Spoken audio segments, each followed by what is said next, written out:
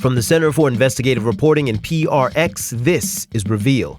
I'm Al Letson. Jennifer Cody's son, Ryan, is autistic. He doesn't speak, and he also has a disease that causes chronic pain. When the pain gets bad, he starts rocking violently. He doesn't sleep. He doesn't eat. Jennifer couldn't care for Ryan at home because he needs it all. School, medical care, and staff attention 24/7. I really had to rally to get him there.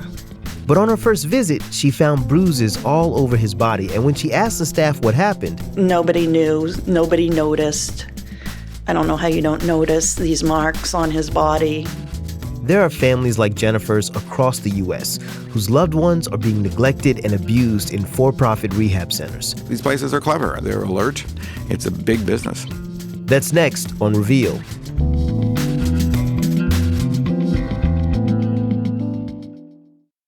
From the Center for Investigative Reporting and PRX, this is Reveal.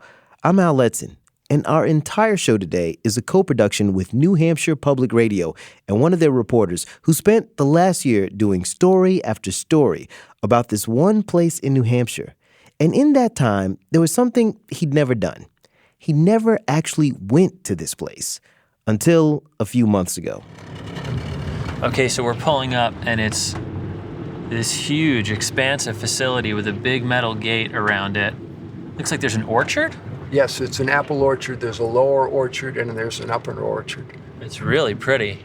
That's Jack Rodolico, a reporter for New Hampshire Public Radio. He's approaching Lakeview NeuroRehabilitation Center, close to the Maine border, in the foothills of the White Mountains. It's a Sunday morning in July, about 8 a.m. Why such an odd time?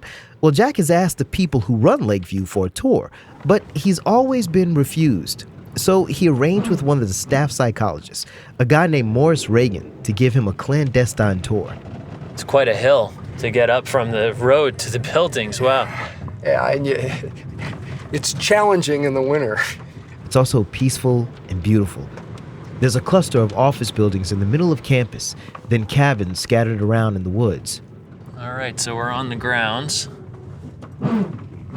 We're looking straight ahead at the administration building, the high school. 3 of the cabins, Monterey 1, 2, and 3, are now vacant. Monterey 3 is the place where we had our most recent sexual assault. Jack has been reporting on conditions at Lakeview, sexual assaults on patients, and other allegations including abuse and neglect. At its peak, Lakeview had about 88 patients. When Jack went in July, the place was in deep trouble. There were only about 10 clients left. Staff were getting laid off left and right. Morris, the psychologist, would be gone within a week. But that day, he told Jack about the constant problems the staff had with patients running away. Well, you can see just from the facility here how, if a resident were to take off, how difficult it would be to find them. There's tall grass. It's easy to get over or under the fences. There was an incident like around New Year's where somebody got out of the shower and went under a fence naked. Yeah, that would have been particularly dangerous because this is a dark place at night. Once you're gone, you're gone.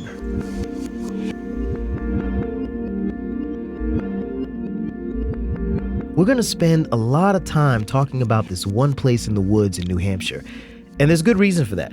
You know, the more we found out about Lakeview's sordid history, the more we realized the abuse that happened here is connected to abuse at other rehab centers around the country, owned by a small group of people, and it's been going on for decades. In fact, we're going to tell you the story backwards. We'll start at the end and work our way to the beginning, tracing a long line of problematic institutions with owners who face little accountability. So we're going to let Jack tell the story from the beginning, or really, the end. My coverage of Lakeview started as a job and turned into a kind of obsession, and part of that obsession was driven by the fact that someone died there. I found out about the facility after an advocacy group started investigating complaints. Their reports alleged abuse and neglect of 4 patients, one of whom was a 22-year-old man with autism. He died at Lakeview. Lakeview's residents came from all over the country, from Hawaii to New York. Social workers, special education departments, state bureaus responsible for people with disabilities, they all sent people to Lakeview. It was fully accredited and licensed, and it marketed itself as a place that would take people no one else would.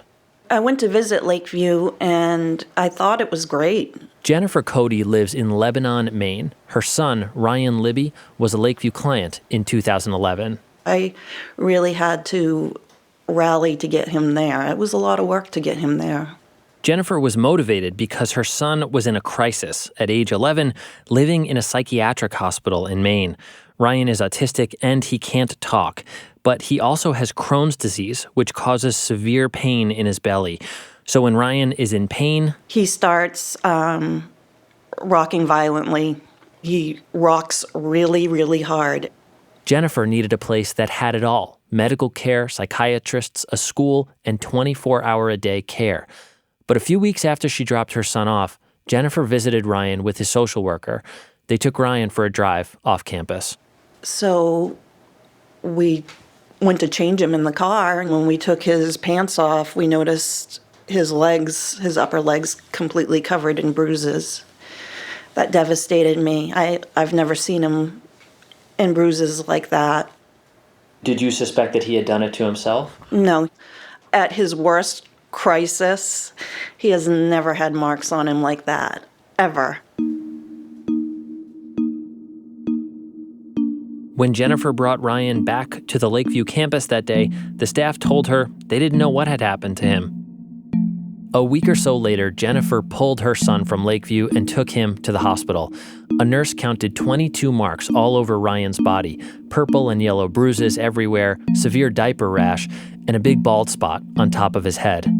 Ryan had been at Lakeview for a month. Lakeview never explained what happened to Ryan. That wouldn't have surprised Linda Blumpkin, another Lakeview mom. Linda lives in New York City, and her daughter is Jessica Klurfeld. Jessica is autistic and has a rare genetic disorder. You basically had people like Jessica with severe behavioral challenges who were left in the care of untrained and unsupervised people. A nurse admitted Jessica to Lakeview, but that nurse signed off as a psychiatrist on the paperwork. Another time, Lakeview's medical director, without even examining Jessica, prescribed her a foot fungal ointment for a vaginal yeast infection. And then there were repeated incidents while Jessica was bathing. Jessica was a young lady in her early 20s being observed undressed by male staff, including one who insisted on scrubbing her back while she was in the bathtub. Linda complained to Lakeview again and again. Nothing changed. Her daughter wasn't getting the education and psychological therapy Lakeview had promised. So Linda Blumpkin broke the mold in a long line of disgruntled Lakeview families. That's because she had the skill set needed to ferret out the responsible parties. So basically, at one level, I'm a Harvard-educated lawyer. At another level, I'm a Jewish mother who was born in Brooklyn, right? You know the phenomenon. So what is an Ivy League-educated Jewish mother to do? From an apartment in New York City, 320 miles away, she didn't feel like she could protect her daughter. So she went over Lakeview's head. She reached out to New Hampshire regulators. I just did whatever I could to dig around, to get into whatever bureaucracies looked as if they might be willing to offer some aid and support. Linda essentially bird-dogged bureaucrats. She called them, wrote epic emails, and she documented her interactions with them, even recording phone calls without their knowledge. That's illegal in New Hampshire, but not in New York, where she was calling from. That's up to Lakeview. Sir, whatever your authority is to order them to do things, John Martin was then head of the New Hampshire unit that licensed Lakeview. This bureau had the power to sanction Lakeview for abuse, neglect, or inadequate health care. According to your bureau, Lakeview has a clean record. They're a splendid facility that's not in violation of anything. That's exactly right. As far as their clinical inspections go, they have been deficiency-free for at least the last 4 years. Linda got the sense New Hampshire regulators had a too cozy relationship with Lakeview. For one thing, Lakeview seemed to know whenever she complained to the state. Lakeview began to put up roadblocks to keep Linda and her ex-husband from seeing their daughter, And they told Linda that since she was so unhappy with the program, Jessica should be discharged. To which we had said, there's nothing that we would rather do. But as you know, New York couldn't find another placement for her. She was stuck in New Hampshire. So when Tina Trudell suggested that we meet with her at an office that they had in New York, Tina Trudell was Lakeview's COO. We thought it would be prudent for our own protection to record the conversation, which I did. Tina Trudell had no idea she was being recorded. So I wanted to meet today to just talk about the whole issues with communication and your clear dissatisfaction with the program. After just a few minutes, Trudell says regulators are complaining to her about Linda. I even have state officials saying, why is this kid still here? We keep getting harassed by these people. You know, what are you doing about it? And I have to come to terms with that. State officials have told you that they're being harassed by us? Trudell blamed Linda's communication style. She said Linda's hostility was alienating her daughter's caregivers. Trudell, who is a psychologist, even suggested Linda go to therapy. You may or may not have considered how your distress manifests itself, and if that's something that you would consider counseling for. Linda declined the offer. For almost 2 hours, she just kept making the point that the care at Lakeview was dysfunctional at every level. If I communicate to you factual information reflecting something that has enormous impact on Jessica's life, and you don't want to hear, and you say that I'm complaining. You're doing this again, and what you're not hearing. We asked Tina Trudell to talk to us about what happened at Lakeview, but she turned us down. As for Jessica, her care was costing a lot, over $1,000 a day. And because of the type of disability she had, the state of New York was required to pick up the bill. So when Linda Blumkin got in touch with New York regulators, they started investigating. They found abuse and potential fraud. Lakeview denied this, but I spoke with a lot of Lakeview employees, people like Danny Adams. They didn't want people to leave. They didn't want them to get better. The plan was to keep them there and continue to collect their money and do that as cheaply as possible. Danny was weekend manager at Lakeview in 2013, a year the facility took in close to $22 million. $5.5 million of that was profit. Danny says the company's executives taught employees how to get the most money from Medicaid. This is how it was done. If there was a TV on in the main room of the house, and there was more than one individual watching that TV, they could bill for a social interaction group. What he's saying is Lakeview was sending a bill to Medicaid for plopping a few clients in front of a TV. And after a couple of hours, they would change the channel and figure out between the individuals who were watching the TV if that channel was acceptable for them.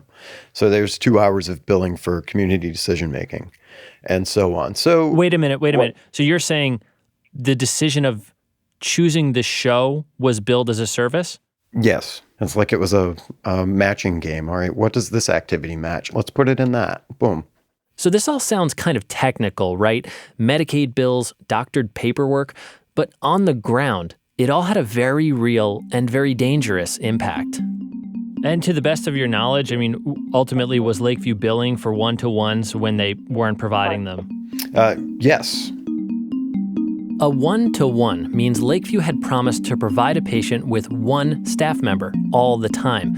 One-to-ones were reserved for patients with serious behavior problems or unstable medical conditions, and they're expensive. In an email, Lakeview told me their average charge per client was $292,000 a year. That price jumped when a client needed one-to-one attention. A lot of patients were supposed to get this service, but they often didn't.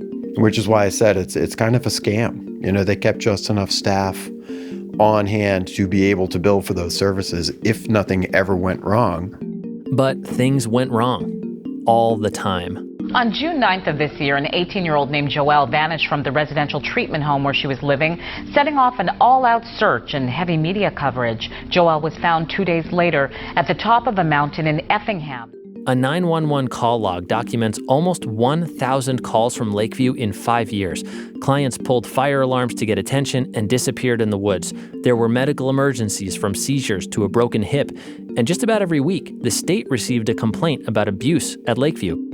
Clients beat up staff, staff beat up clients, and there were a startling number of sexual assaults. Staff on client, client on staff, and client on client. Morris Reagan, the psychologist who showed me around Lakeview, says no one got better there. There were too few staff and too many challenging patients who quickly learned they could do whatever they wanted. They didn't have to get out of bed in the morning. They didn't have to go to school. If they went to school, they didn't have to study. If they wanted to break something, they could. At one point, you called Lakeview like a high-priced homeless shelter? Someone else there referred to Lakeview as the trailer park of neuro-rehab facilities.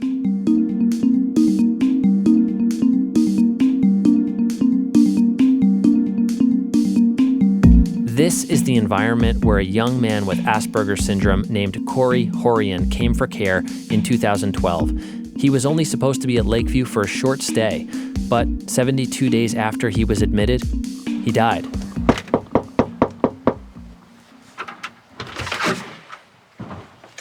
Hello.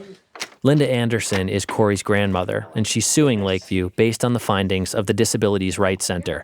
They're the advocacy group that investigated Lakeview. They say Corey's health declined dramatically while he was there. He stopped taking medication for his seizure disorder, and he lost about 6 pounds a week.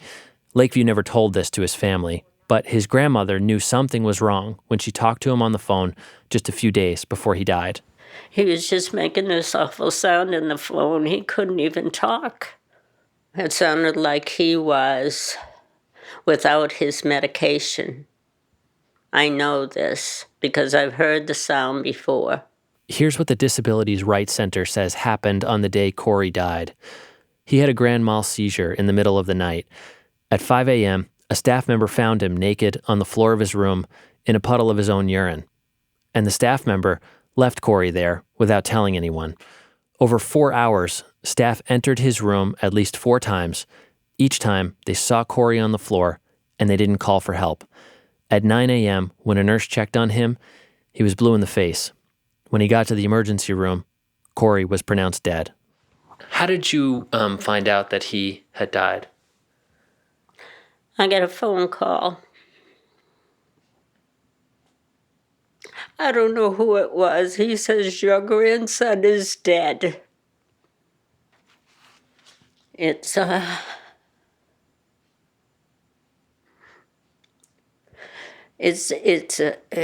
cruel thing. Linda says Corey's mother, her daughter, died of cancer when he was only 4 years old. He's always, all his life, he's asked for his mother. He wanted to be with his mother. At least he got his wish, didn't he? He's with his mother. It's too bad he got it in the way he did, though. I'm sorry, but... When the Disabilities Rights Center published their report, New Hampshire Governor Maggie Hassan shut down new admissions. She ordered an investigation of both Lakeview and the regulators who failed to stop abuse there. And that's when Lakeview fell apart at the seams. States started pulling their clients. Regulators were at Lakeview all the time, but really bad things just kept happening. State records show patients routinely went missing, a handgun was found in the staff break room, and a client allegedly raped another client. As all this was happening, Lakeview claimed their clients were in good hands. For a year, I've been asking Lakeview officials to talk to me. They always declined. But I caught up with Chris Slover, Lakeview's owner, just once, the day he announced he was closing the facility. I think the vast majority of the parents and clients and staff members at Lakeview are doing their very best to make sure that those folks are safe and served in the least restrictive environment. And I think that we do an excellent job and have helped thousands of people, and it's too bad that that won't continue. But it might continue. When we put this show together, Lakeview was empty. The buildings and the grounds deserted. The state of New Hampshire had pulled all of Lakeview's licenses, forcing it to close. It did, But at the same time, Lakeview CEO Chris Slover created a new company that would work with the same type of clients on the same grounds as Lakeview. Later in the show, we'll see how this is a cycle that's happened before.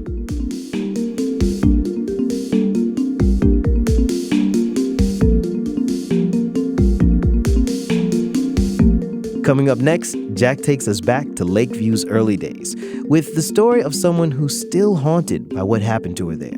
I mean, it's 17 years later, and I still have nightmares about it. It still affects me in everything that I do. That story when we come back on Reveal from the Center for Investigative Reporting and PRX. From the Center for Investigative Reporting and PRX, this is Reveal. I'm Al Letton, and this episode we're working with New Hampshire Public Radio on the entire hour. We've been taking a hard look at a controversial NeuroRehabilitation Center called Lakeview, treating people with brain injuries, autism, and a whole range of neurological disorders. It's remote, so remote that the people who work there just call it the mountain. It's employed thousands of locals over the years, but because of abuse and fraud allegations, it's been shut down. Jack Rodolico started reporting on Lakeview at the end of 2014. At the time, Lakeview's problems seemed to go back a few years. But then people came out of the woodwork with stories. Lawyers, psychologists, special education teachers. There was one story that went way back, almost 20 years. It seemed to highlight everything that was wrong with Lakeview and places like it, taking on clients who shouldn't have been there just for the insurance money, and sometimes actually leaving those clients in worse shape, physically or psychologically damaged. This one story, though, was a bizarre mix of a Danielle Steele novel with One Flew Over the Cuckoo's Nest and a little bit of Jerry Springer thrown in. And the person at the center of the story, a former Lakeview patient, was eager to talk to Jack. You ready? I think so. Okay. All right. Okay, good. That's Amy Muller. She drove all the way from New Jersey to New Hampshire to tell me her story. I still carry it to this day. I mean, it's 17 years later, and I still have nightmares about it. It still affects me in everything that I do. Yeah, it's made me a crazy person.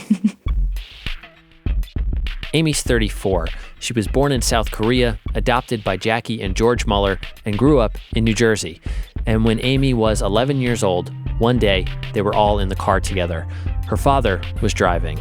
They had a cleaning business, so we were on the way to one of the jobs, and a drunk driver jumped over the divider and landed on top of us, and essentially crushed him to death. I didn't see his face, thank God, because that probably would have been even more traumatic. But I did see he was slumped over, and I saw the back of him. Amy's father was dead. Her mother was unconscious. But Amy was awake and alert through the whole thing, even as rescue workers tried to save her parents. Soon after, Amy was diagnosed with post-traumatic stress disorder. The traumatic loss of her father and the near loss of her mother, it all had a strange impact on Amy. She started to form very intense attachments to people, obsessions, kids at school, celebrities like Rosie O'Donnell. I guess the biggest issue was I became extremely attached to one of my therapists. And that's when I started self-mutilating, and I would carve her initials into my arm. And do you still have the initials in your arm? I have you can't really tell them anymore. There's a big A on my arm that's faded. There's angels written right here, starting to fade. Amy was a teenager. She was cutting herself a lot. She'd lash out at her mother and break things around the house. Amy's mother was desperate, and that's when she found Lakeview. A marketing rep came to her house and sold her on the program. When Amy arrived at Lakeview in September 1997, her first day was odd. She was assigned to a cabin filled mostly with little boys with severe disabilities. Then a staff member let Amy read her own clinical file. My mom wrote a comprehensive biography. So there's a lot of information about my family, about my dad, about her that I never knew about. Amy was not supposed to see this file. The staff member who gave it to her had no clinical training, but the experience forged a connection between Amy and this woman. On day one, Amy was obsessed with her. I was an attention seeker. I wanted her attention. This was just the kind of attachment Amy was prone to since the car accident. In fact, Lakeview's treatment plan was supposed to help stop her obsessions. Amy's mother declined to talk, but I spoke with her attorney, David Wolowitz. He represented them in a lawsuit against Lakeview. David says instead of separating Amy from the woman she was obsessed with, Lakeview's clinical staff actually pushed them together. Let me give you an example that I found, frankly, horrifying. Amy was a victim of sexual misconduct. Amy said she was molested in the back of a van by another Lakeview resident. She was distraught. But when the clinical team found out, they didn't send a psychologist or social worker. Instead, they sent the woman Amy was obsessed with to console her. From that day forward, Amy only wanted to talk to her, wanted to put her pictures on the wall, wanted her and no one but her to deal with her. This is Charity? This is Charity. I'm fine. Charity. Nice to meet you. Nice to meet you. Thanks for having me. I'm going to get a chair for Yeah, you. sure. Charity Randall is still in New Hampshire. We sat on her porch to talk. Charity was 26 when Amy came to Lakeview. Amy was 16. Charity was a former graphic designer. Like most Lakeview employees, she was low paid and had only a week of training. And she says the clinical staff pushed her and Amy into something that got out of hand really fast. I think they were using her crush on me. And they dealt with her through me because they knew that she would talk to me and open up to me. And I told them a few times that it got to a point where I don't think it was therapeutic anymore. Amy started carving Charity's initials into her arm. Charity would call Amy on her day off.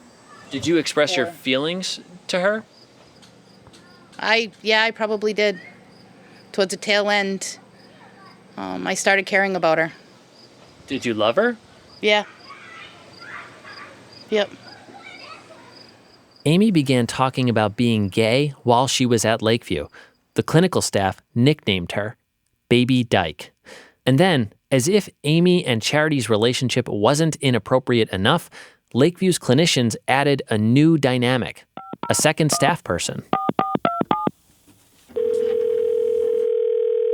Hello. Hey, it's Kathy. Jack. Hey, Kathy. Hi. Kathy Como now lives in Florida. When she came to Lakeview, Kathy had no clinical training, and she was shocked by how the clinical staff pushed Charity and Amy together. It seemed like it was a joke to them, like Baby Dyke is going to meet Big Dyke and have her first experience.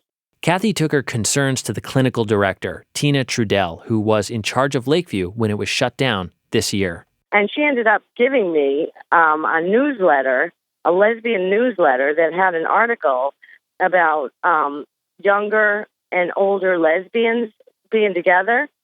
And she told me, see if Amy's interested in reading this. That newsletter was later evidence in court. Tina Trudell said she didn't recall giving the article to Kathy, even though Trudell's name was on the mailing label. Kathy says she was concerned about Amy's attachment to Charity. But then Kathy herself took an unusual step. Here's attorney David Wolowitz again. Kathy was trying to become Amy's foster mother and take Amy away from her own mother. The clinical team knew about this.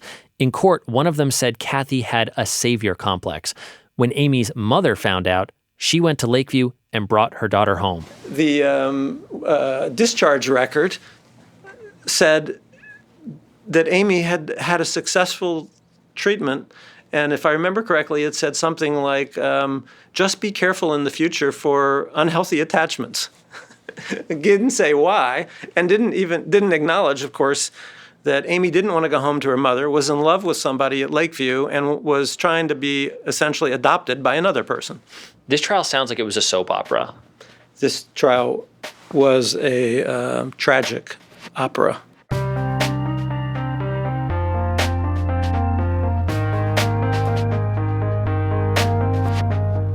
Amy's mother, Jackie Muller, sued Lakeview for ethical and financial violations. When the case went to court, David Wolowitz says Amy's story was only a small part of what came to light. He says staffers testified Lakeview regularly lied to their clients' parents, and state officials. They told us, for example, that when the state came to do its reviews, one person testified that she was told to create false employment records so that the staffing ratio would be sufficient. She said that under oath. Another person said that it was her job to destroy records. Another person said that it was her job to make up records. The jury sided with the Mullers and awarded them monetary damages. David Wolowitz wrote a long letter to state regulators in New Hampshire, spelling out everything that came out in court. He urged the state to do something to protect other Lakeview clients. We asked the state if they took action, but they couldn't find any records. We do know Tina Trudell got a promotion at Lakeview. And what happened to Amy? She was still a teenager, she was traumatized by the courtroom drama, and she was still obsessed with two women. A therapist told Amy to quit these relationships. Instead, Amy quit therapy. And after court, Kathy, the woman who tried to adopt Amy, visited her in New Jersey and stayed. We decided to try being together, and we were together for 5 years. Living together as a couple. Mm-hmm. Like a romantic couple. She was like a mother figure. I mean, she was talking about adopting you. Yeah, I know. Was that a bad decision for you at the time? I mean, yeah, I was 18. Oh, no, I was 19. You know, I wanted to go to school. I wanted to do tons of things. She never exploited me in any way. She was never, she was always good to me. Did she exploit your vulnerability? I don't think so, and I don't think it was conscious if she did. Amy and Kathy broke up, but they're on good terms. They still talk all the time. That leaves Charity, the other Lakeview employee Amy was obsessed with. Over the years, Charity kept her distance from Amy. And then last fall happened. The news about abuse and death at Lakeview came crashing into the daylight. Amy and Charity got in touch to talk about it. Back on her porch in New Hampshire, Charity tells me as she and Amy started talking about what happened to them at Lakeview. 17 years of whatever, we just had to see each other. So they picked a rest stop in Massachusetts for a meetup. And seeing her at the rest stop, not as a Lakeview client and not as a teenager, but as a woman, there was an amazing connection. And the rest is just history. What is the rest, Amy? Well, we're together now, so yeah. So that's what's history. When Amy and I were alone, I asked her more about her new romance. I mean, I guess the question here is like, do you think that your relationship with her is good for you? At this point, yes. In the past, no. So at this point, you think it's healthy? As healthy as it can be, given the circumstances, yeah. Do you think you're the best judge of whether or not this is a healthy relationship? No, absolutely not. I thought the relationship was totally healthy 17 years ago. So yeah, no, totally not a good judge. I never had closure on it, ever. So going with it is kind of my closure. You know, if it fails miserably, then I can say, all right, well, I'm done. You tried it, done. And if not, then great.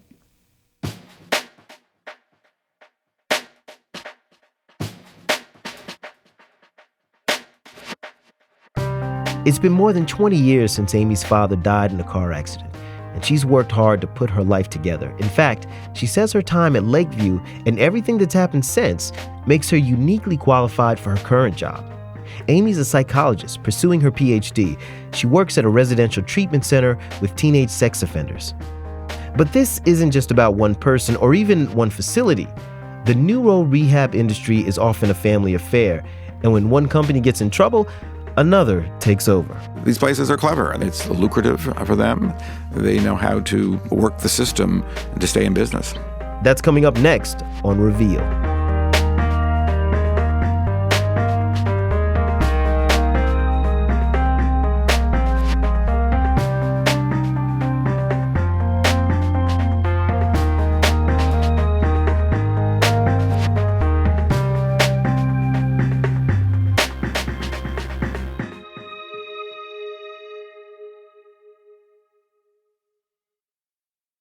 From the Center for Investigative Reporting and PRX, this is Reveal. I'm Al Letson. So this hour, we've been looking into a neurological rehab center that sits on the side of a mountain in New Hampshire. Lakeview, which was shut down this summer, was supposed to help people with brain injuries and complicated severe disabilities.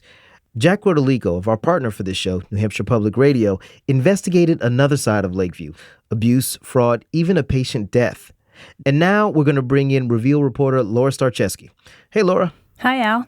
So far, we've been focusing on patients and their families. Now we're going to turn our attention to the people in charge. Right. So there's basically this small group of companies across the U.S. in this neurological rehab business that all seem to share the same DNA. So they're all for-profit, they're privately owned by a tight circle of people, sometimes all members of the same family. So literally, they share DNA. Yeah. And what happens is that even if one of these rehab centers gets shut down, it often just pops back up with a different name. But it's the same owner, so they can weather scandal after scandal. And some of the lower level employees might get fired, but the people at the top stay in business. And so how does this relate to Lakeview and the story we just heard?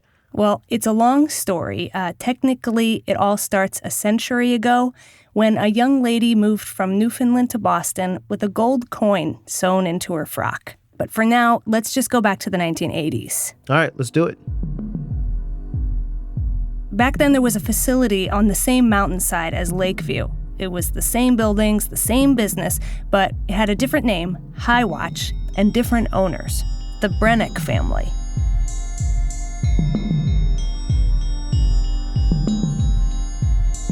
High Watch was the blueprint for Lakeview, part of a chain where the Brennicks figured out how to make money by tapping into a new patient population. In the 1980s, about 90,000 people a year started surviving severe head trauma, a medical miracle and big news. Gone are the skills and the self that these patients used to depend on. They must start over, learning again something as simple as how to focus your eyes. These patients were mostly people who'd been in car accidents, but survived them because of better emergency medicine. They ended up with paralysis, memory problems, behavior issues, and needed a place to recover. A whole new healthcare niche was born, brain injury rehabs, including the Brennick's family business, Numedico, a national chain with more than 40 centers. The guy at the top was Charles Brennick. Charles Brennick was a self-made man. I don't believe he graduated from high school. John Kennedy, a former business reporter at the Boston Globe, wrote a profile detailing Brennick's colorful business style. He owned a number of sort of conventional nursing homes. A business Brennick had learned from his mother. She was the one who'd emigrated from Newfoundland with a gold coin sewn into her frock, as the story goes. She opened a few homes in Massachusetts.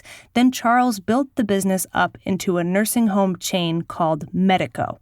But in the mid-'70s, things went south. He would lug briefcases full of money to Las Vegas, sometimes $1 million at a time, to try and gamble his way out of bankruptcy.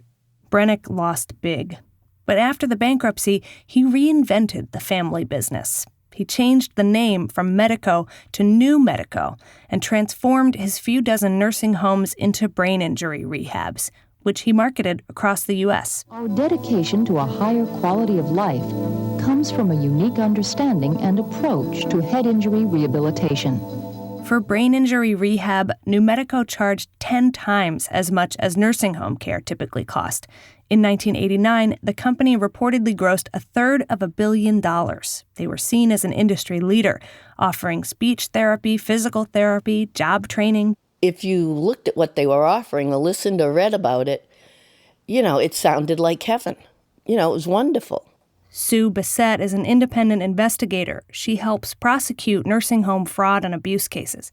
Back then, she was getting calls from people whose relatives were in New Medico facilities. These families were rabid. I would have been. One mother named Marianne Paraday called Sue.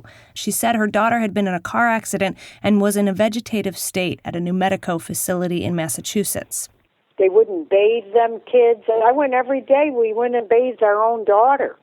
Marianne says her daughter had a feeding tube in her stomach that would routinely pop out. I can't tell you how many times I went in there, and that feeding tube be laying on the floor, on the dirty floor. Sue heard from a woman named Lucy Gwynn, an ad writer from Rochester. Lucy told Sue she'd been in a car crash and woke up 3 weeks later in a New Medico facility in Cortland, New York. This tape is from an oral history Lucy recorded before she died last year. There was nothing medical. I never met a doctor. I never saw a nurse.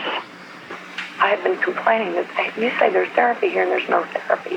Where's the therapy? Where is it? I want some therapy. Lucy said she wanted to go home, but the staff told her she could only be signed out by the person who'd signed her in, except they wouldn't tell her who that person was.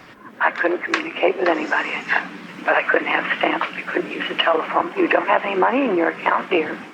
After a few weeks, Lucy escaped from the New Medico facility.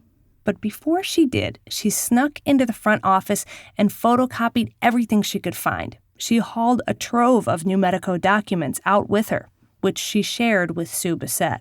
We had patient files. We had billing. We had the unpublished works of New Medico. The unpublished works was a company manual. How they did things, how they got patients. In and of itself, it seemed to me pretty incriminating. A few of the company's tactics stood out to former Boston Globe reporter John Kennedy. For one, he says the company sent marketers into intensive care units. Essentially, salespeople in the hospitals where people had been admitted for brain injury, trolling for new business. Other New Medico staff then gathered information on a person's insurance coverage. These facilities would figure out how much private insurance coverage you had, and then as soon as it was up, they would discharge you, not what we expect from an industry that sort of dresses itself up as medical professionals who would put care over anything else.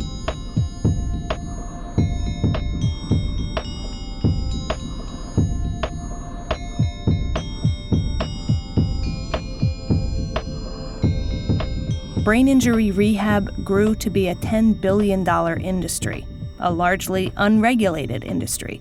But by the early 90s, complaints from families, state investigators, and whistleblowers pushed the federal government to act. Some unscrupulous operators are defrauding insurance companies and ripping off Medicaid and Medicare.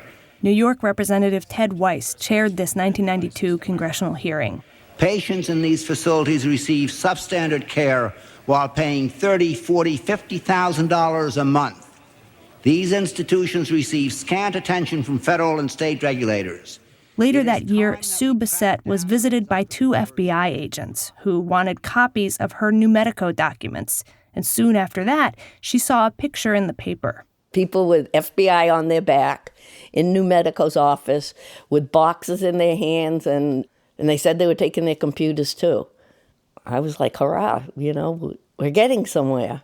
The FBI was investigating possible Medicaid fraud at New Medico. The U.S. Attorney's Office was brought in, but after an intensive probe... It's like great big charge and then nothing.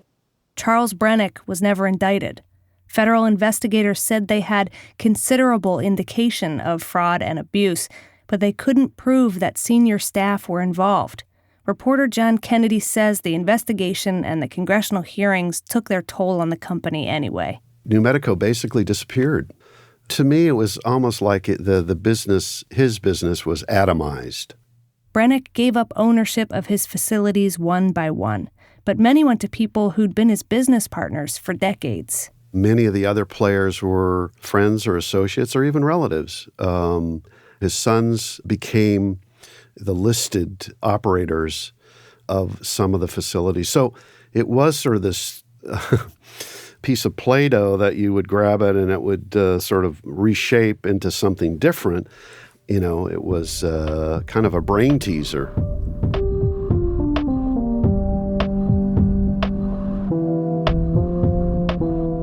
This brain teaser of shape-shifting companies was a hallmark of the nursing home industry, the Brennick family's roots, tight circles of interconnected people who helped each other make money.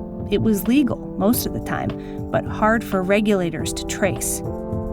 Kurt Decker is executive director of the National Disability Rights Network in Washington. He's watched Brennick-style businesses morph since the 1980s. These places are clever. They're alert.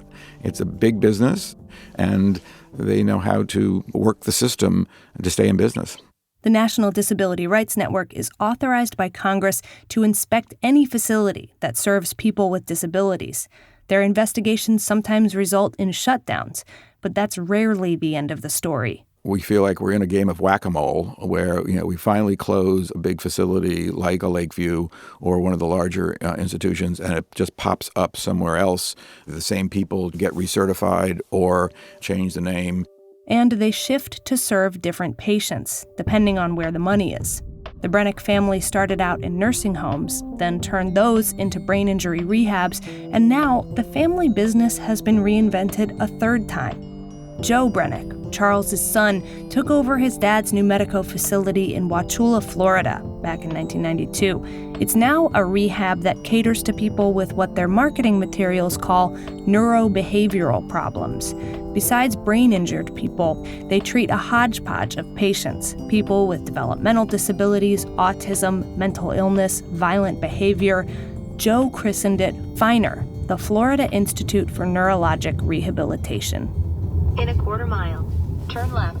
I drove out to FINER this August. I'd arranged for a tour. It's a sprawling campus in the middle of nowhere in central Florida, on hundreds of acres of gator-infested swampland. Turn right.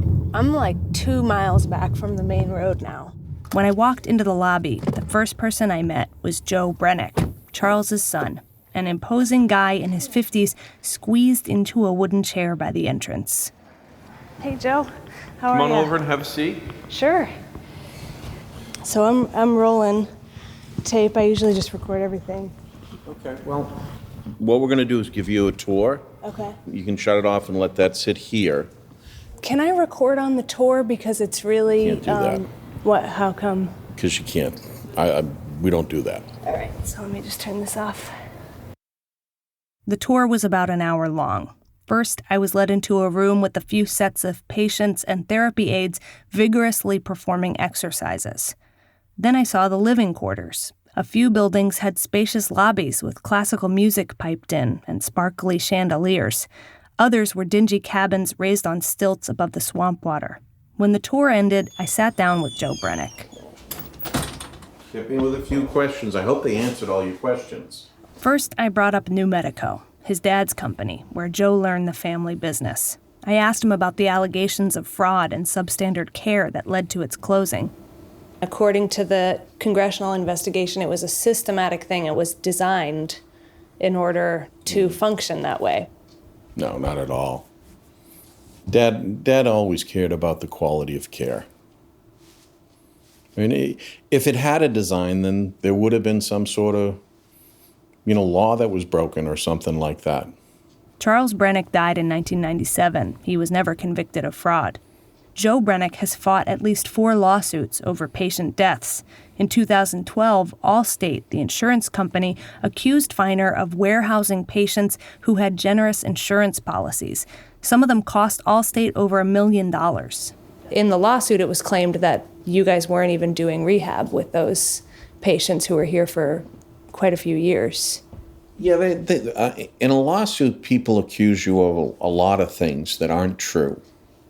And, that's one of the reasons why they settle things.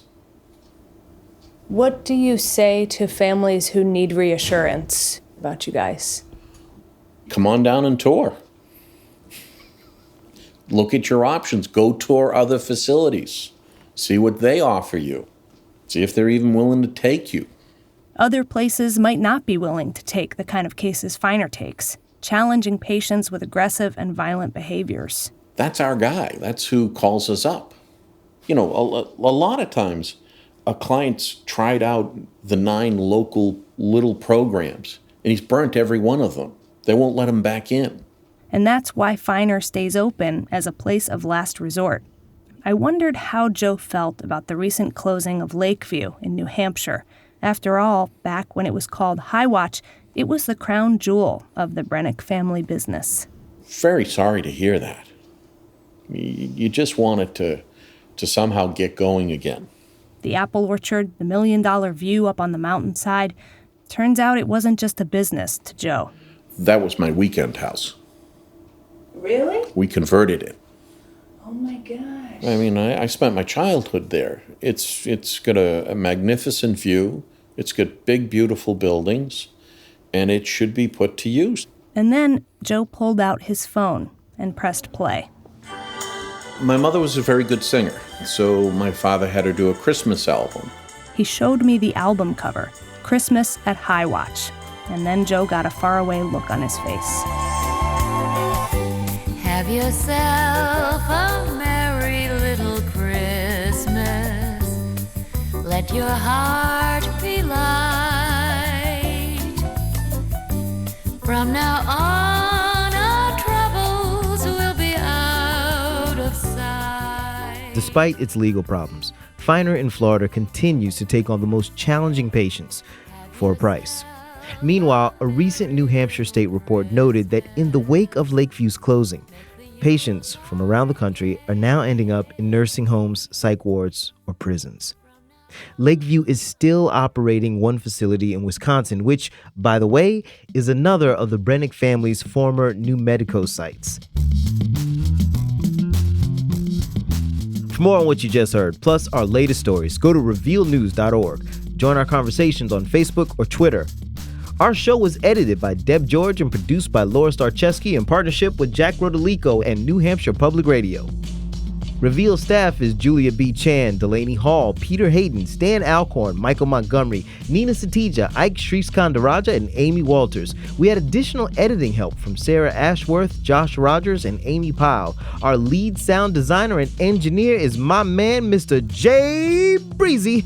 Jim Briggs. Krista Scharfenberg is head of studio, Suzanne Reber is our executive editor, and our executive producer is Kevin Sullivan. Support for Reveal is provided by the Reva and David Logan Foundation, the Ford Foundation, and the John D. and Catherine T. MacArthur Foundation. Reveal is a co-production of the Center for Investigative Reporting and PRX. I'm Al Letson, and remember, there is always more to the story.